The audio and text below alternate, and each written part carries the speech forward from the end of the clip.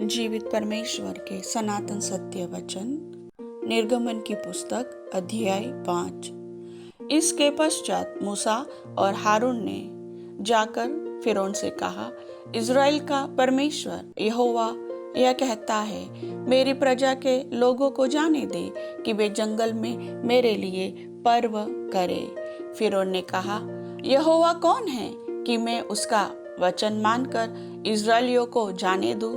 मैं यहोवा को नहीं जानता और मैं इज़राइलियों को नहीं जाने दूंगा। उन्होंने कहा, इब्रियों के परमेश्वर ने हमसे भेंट की है, इसलिए हमें जंगल में 3 दिन के मार्ग पर जाने दे कि अपने परमेश्वर यहोवा के लिए बलिदान करें। ऐसा न हो कि वह हम में मरी फैलाए या तलवार चलवाए। मिस्र के राजा ने उनसे कहा, हे मूसा, हे हारून, तुम क्यों लोगों से काम छुड़वाना चाहते हो? तुम जाकर अपने अपने बोझ को उठाओ। और फिरौन ने कहा, सुनो, इस देश में वे लोग बहुत हो गए हैं, फिर तुम उनको उनके परिश्रम से विश्राम दिलाना चाहते हो।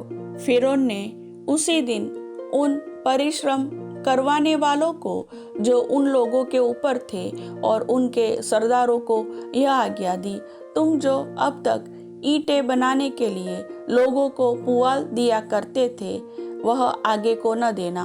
वे आप ही जाकर अपने लिए पुआल इकट्ठा करें। तो भी जितनी ईंटें अब तक उन्हें बनानी पड़ती थी, उतनी ही आगे को भी उनसे बनवाना। ईंटों की गिनती कुछ भी न घटाना, क्योंकि वे आलसी है। इस कारण वे यह कहकर चिल्लाते हैं, हम जाकर अपने परमेश्वर के लिए बलिदान करें। उन मनुष्यों से और भी कठिन सेवा करवाई जाए कि वे उसमें परिश्रम करते रहे और झूठी बातों पर ध्यान न लगाए। तब लोगों के परिश्रम कराने वालों ने और सरदारों ने बाहर जाकर उनसे कहा, फिरौन इस प्रकार कहता है, मैं तुम्हें पुआल नहीं दूंगा।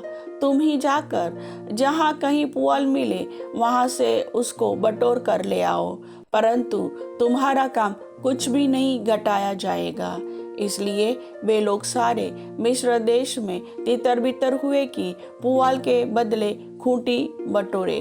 परिश्रम करवाने वाले यह कह कर उनसे जल्दी करते रहे कि जिस प्रकार तुम पुआल पाकर किया करते थे, उसी प्रकार अपना प्रतिदिन का काम अब भी पूरा करो।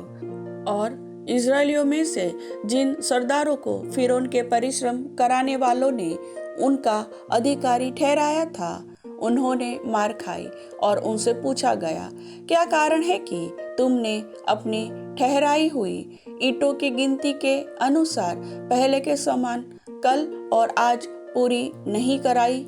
तब इज़राइलियों के सरदारों ने जाकर फिरौन की दुहाई यह कह कर दी, तू अपने दासों से ऐसा बर्ताव क्यों करता है? तेरे दासों को पुआल तो दिया ही नहीं जाता और वे हमसे कहते रहते हैं, ईंटें बनाओ, ईंटें बनाओ। और तेरे दासों ने भी मार खाई है, परंतु दोष तेरे ही लोगों का है। फिरौन ने कहा, तुम आलसी हो, आलसी।